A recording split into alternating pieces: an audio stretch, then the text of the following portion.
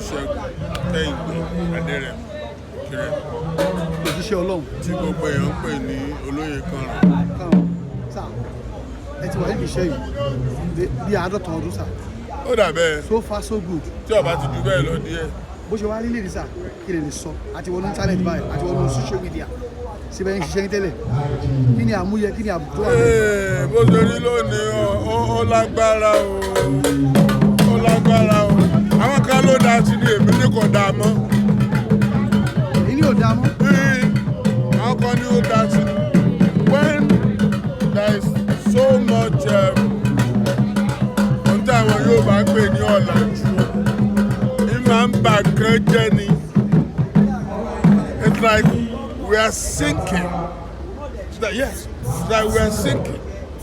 But with time, we find our level. But at the same time, we are moving at least a little bit different. But it's not as better as before. It's not. Nígbà náà lọ́wọ́ tí orúkọ yìí pọ̀, ariwo wà, ìwẹ̀ wà. Sà, nígbà yẹn àti sí kìlẹ̀ ìsìnkú àwọn èèyàn wọ́n tẹ̀lé yìí. Well, ó tún mọ̀ lè sọ fún àwọn olólùfẹ́ mi àtàwọn tó tẹ̀lé mi ni pé àwa ò lọ níbi kankan tá à ń lọ. Ikú ló ń gbaṣọ ní ọrùn ewúrẹ́ lórúkọ Ọlọ́run kò dẹ̀ tí ìyá wa láti lọ. Ẹni tí ó bá lọ yóò ṣáájú wa máa lọ. Wọ́n pẹ̀lú àṣẹ Ọlọ́run, in another few months, Alaafin kí bàbá tó kú, ikú bàbá èyí.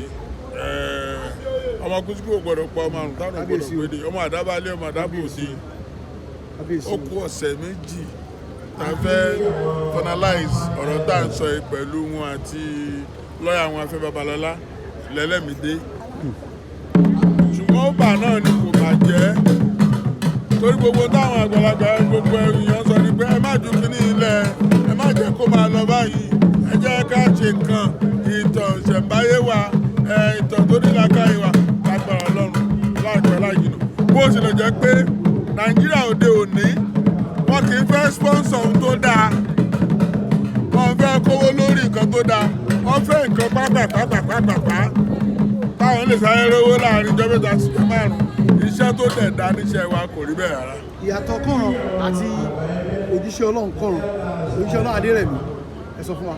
Ìyàtọ̀ wà mẹ́ o. Alaafin Karan ìyàtọ̀ ni actor ni bíṣọ̀pù láti bíṣọ̀pù Adérẹ̀mí ọ̀tọ̀ ni ìránṣẹ́ Ọlọ́run. Báyìí má lè dé èdè. Máa ń dáhùn èèyàn lóhùn iṣẹ́ méjèèjì yẹn wọnú ara wọn. An actor, a presenter, a writer is a servant of God.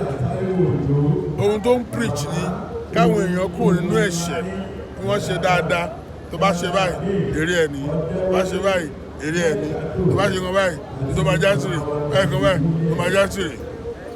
Táwọn lè fẹ́ sọ̀rọ̀ nípa. Hey, thanks for watching this video. Subscribe on our YouTube channel. Subscription is free. You can call us on 0080597807 for your event coverage. Thanks.